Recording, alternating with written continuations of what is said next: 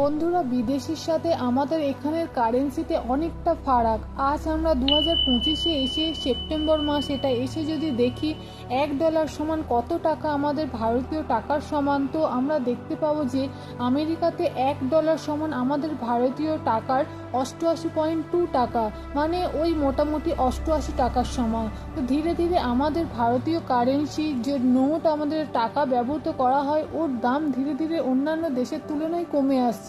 আপনি ধরুন অন্য একটা দেশে আমেরিকাতে গিয়ে $10 একটা আইসক্রিম কিনলেন, তো আপনাকে কত টাকা দিতে হবে? ভারতীয় ডলারের কত টাকার সমান হচ্ছে 10 × 88 মিনস প্রায় 880 টাকার সমান হচ্ছে ওই আইসক্রিমটার দাম। ভাবুন কতটা ডিফারেন্স আমাদের ভারতীয় টাকার তুলনায়। তো বন্ধুরা, আশা করি আমার এই ইনফরমেশনটা আপনাদের দৈনন্দিন জীবনে কাজে লাগবে।